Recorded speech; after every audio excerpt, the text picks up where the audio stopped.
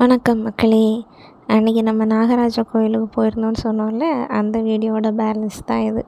இப்படி க்யூவில் நின்று பாலெல்லாம் வாங்கிட்டு அபிஷேகம் பண்ணுறதுக்கு வேண்டி வெயிட் பண்ணிகிட்டு இருந்தோம்.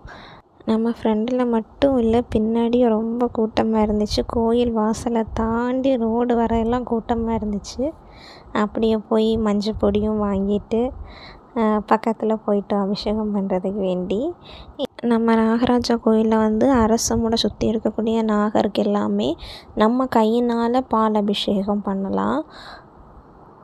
கோயிலே மஞ்சள் பொடி பால் எல்லாமே கொடுப்பாங்க. அதை வாங்கி நம்ம பால் அபிஷேகம், இந்த ராகு கேது பிரச்சனை இருக்கிறவங்க, அப்புறமா நாகதோஷம் இருக்கிறவங்க, நிறைய வேண்டுதல் வச்சுருக்கவங்க எல்லாருமே அவங்க கையினால் பாலெல்லாம் வாங்கிட்டு அபிஷேகம் பண்ணுவாங்க.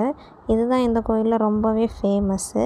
நம்மளும் அப்படியே அந்த அரச மூடை சுற்றி இருக்கக்கூடிய எல்லா நாகருக்கும் மஞ்சள் பொடி பாலெல்லாம் போட்டு அபிஷேகம்லாம் பண்ணிவிட்டு அப்படியே வெளியே கோயிலில் சாமியெல்லாம் கும்பிட்டுட்டு, இந்த திருவிழா டைம் ஆனதுனால ரொம்பவே கூட்டமாக இருந்துச்சு.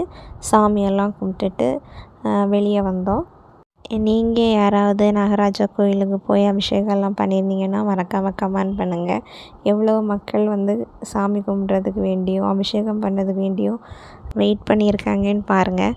கோயிலுக்குள்ளாலெல்லாம் மொபைல் கொண்டு போய் ஃபோட்டோலாம் எடுக்க முடியாது. வெளியில் உள்ள கிளிப்ஸ் மட்டும்தான் இருக்குது. இந்த நாகராஜா கோயில் இங்கே இருக்கிறதுனால தான் அந்த இடத்துக்கே நாகர்கோயில்னு பேர் வந்திருக்கு. இது எல்லாருக்குமே தெரிஞ்சிருக்கும், இருந்தாலும் சொல்கிறேன்.